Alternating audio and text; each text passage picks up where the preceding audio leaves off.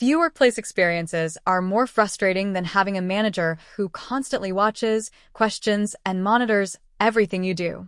You start working on a project. 10 minutes later, they're asking for an update. You make progress. They want another update. You solve one problem. They create 3 new interruptions. Before long, it feels like you're spending more time talking about your work than actually doing your work. If you've ever felt trapped under a micromanaging boss, today's video is for you. We're going to break down why managers micromanage, how to reduce unnecessary oversight, and the communication strategies that can help you earn more trust, more autonomy, and more freedom to do your job effectively. Section 1. Why micromanagers exist. Most employees assume micromanagement is about power. Sometimes that's true, but more often, micromanagement is driven by anxiety. Managers worry about missing deadlines, delivering poor quality work, being blamed by leadership, losing visibility over projects. In other words, many micromanagers aren't trying to control people. They're trying to control uncertainty. The problem is that their solution often creates new problems. Section 2. The hidden damage of micromanagement. Micromanagement doesn't improve productivity. It usually reduces it. Every interruption breaks concentration. Every unnecessary check-in steals focus. Every request for constant updates creates friction. Eventually, employees stop taking initiative. They become hesitant. They wait for instructions. Not because they're incapable, because they've been conditioned to seek approval before acting. That's when performance starts to suffer. Section 3. Why high performers often get micromanaged. This surprises many people. High performers often receive more oversight than average performers. Why?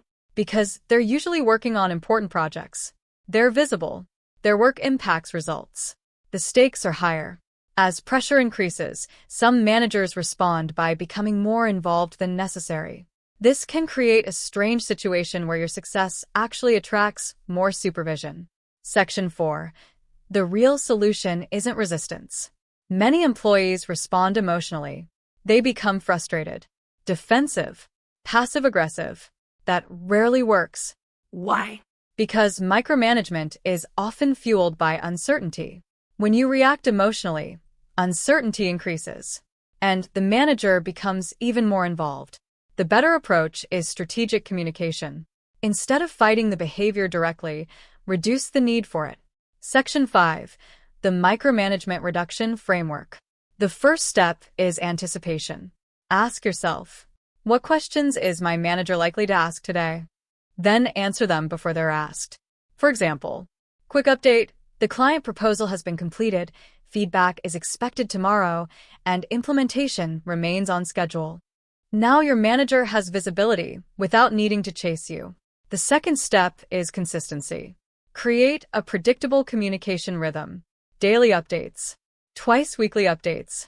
Weekly summaries. Whatever makes sense for your role. Predictability creates trust. And trust reduces oversight. The third step is focusing on outcomes. Don't report activity. Report results.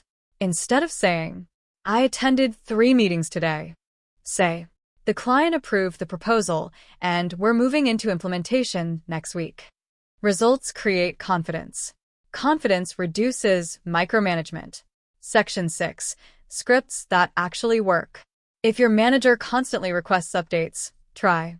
Would it help if I sent a structured update at the end of each day? You're solving a problem instead of complaining. If you're interrupted repeatedly throughout the day, try. I'd like to focus on completing this efficiently. How about I provide a detailed update at 3 p.m. once I have meaningful progress to report? Professional. Respectful. Clear. If every decision requires approval, try. Can we align on decision-making parameters so I know where I can move independently? That encourages autonomy while maintaining accountability. Section 7. Building trust faster. The fastest way to reduce micromanagement is to become predictable.